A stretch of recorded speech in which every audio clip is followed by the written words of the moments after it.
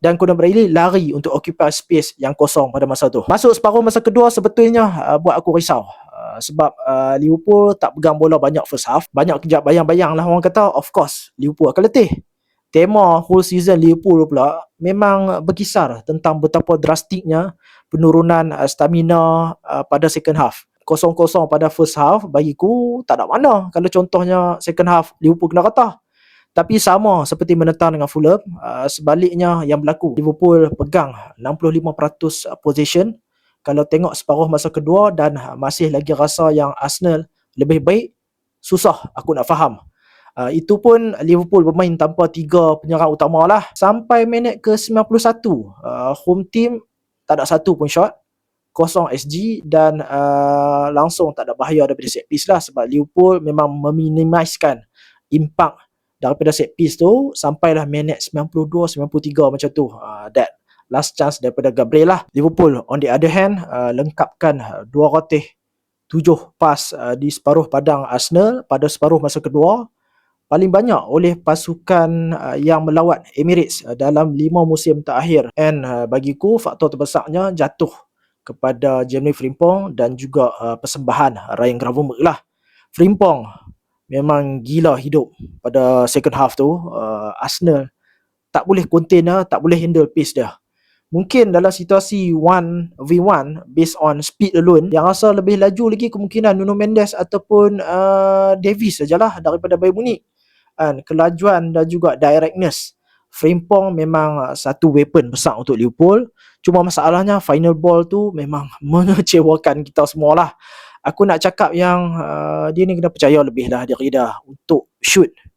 Ada moment yang Frimpong patut buat low driven ke bottom corner, tapi dia pilih untuk pull back.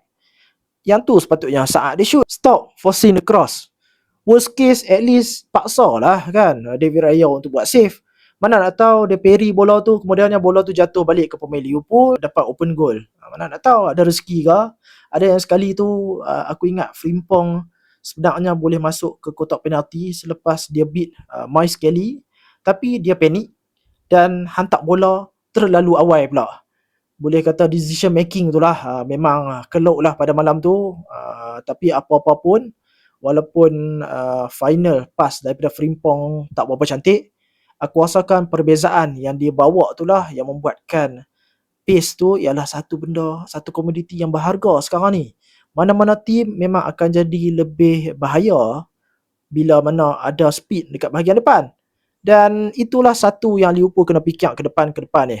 Sebab jelas dan nyata sekarang ni kita kekurangan threat daripada speed selepas Luis Diaz dan juga Darwin Núñez keluar daripada Liverpool. Unit midfield lah Liverpool, Gravenberch dan juga McAllister. Bagiku macam ni lah, bukan kebetulan bila McAllister main bagus, semua orang sekeliling dia tu juga persembahan naik. Display daripada McAllister yang sangat hambar untuk musim ni lah aku rasa memainkan peranan yang besar lah kenapa prestasi Liverpool sepanjang musim ni memang up and down. Untuk Ryan Gravenberch pula, persembahan pada malam tu sangat-sangat cemerlang. Berkali-kali kita boleh nampak yang dia lepas daripada pressing Arsenal dengan kompos, dan dialah jadi the one yang initiate build up daripada Liverpool. Nampak jelas lah kualiti dia bila dia berpusing dan kawal bola dalam ruang yang sempit tu. Lagi-lagi bila dia ni dimainkan lebih ke depan, bukannya sebagai single dan juga lone pivot kita. Gravenberch ni bagiku mungkin bukan seorang passer yang elite, tapi body control plus dengan ball carrying dia bagiku dalam level yang world class lah. Cara dia lindung bola tu, pusing badan keluar daripada tekanan, dan dia boleh drive through midfield yang sekaligus membuka ruang untuk Liverpool bergerak ke depan. Pada second half tu, bila aku nampak yang Wirtz dia makin kerap turun ke bawah, kemudiannya McAllister pula dia mula slowly naik ke atas. Situasi 3v2 ataupun 4v3 yang Liverpool cipta dekat bahagian tengah tu lah yang membuatkan Liverpool mampu untuk pegang position lebih lama lah. Ada sustainable attack dekat depan tu. Sebab bola sentiasa bergerak dan pressure daripada Arsenal tu tak sempat nak melekat dekat Liverpool. Cuma sayangnya masa Liverpool ada momentum tu, aku rasa satu insiden yang sepatutnya jadi turning point adalah insiden penalti itulah. Ref kata tak penalti, VAR juga kata bukan penalti. Bagiku Trossard, cara dia langkah masuk badan Wirtz tu langsung tak dapat dekat dengan bola, clear contact, memang sah-sah. Foul dekat mana-mana tempat di atas padang untuk aku. Kalau orang kata, oh, kalau penalti threshold kena lebih tinggi daripada tu. Habis tu apa beza dengan penalti yang Liverpool concede semasa menentang dengan Leeds United hari tu? Jangan pula cakap yang Wirtz ni takkan dapat balik bola yang dia tersepak lebih tu, sebab lawan Leeds tu bola pun hampir-hampir keluar tau.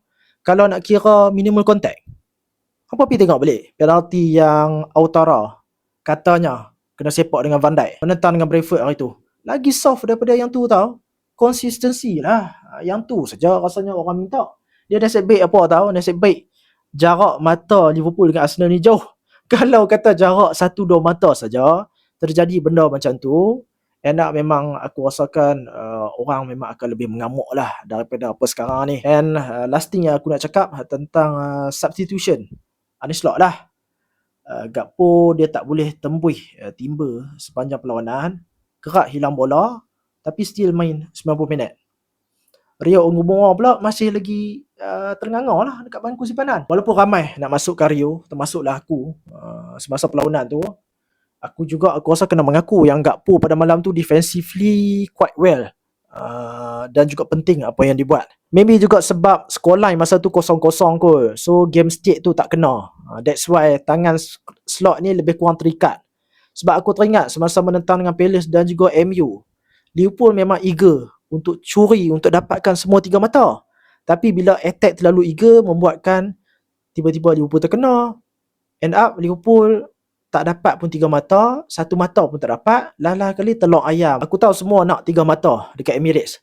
Tapi bila mengikut konteks sebelum perlawanan, rasanya ramai yang anggap yang Emirates ni memang bukuih lah saudara. Memang probably 1 mata pun tak boleh dapat. Bila Liverpool dapat 1 mata tu, aku rasa fair enough lah kan. Dalam mana-mana musim pun sebelum ni, 1 mata dekat Emirates tu, aku rasa mata yang boleh Liverpool take dan boleh Liverpool jadikan something untuk Liverpool move forward ke depan ni. So maybe lah, itulah logik kenapa Rio Ongumora tak masuk.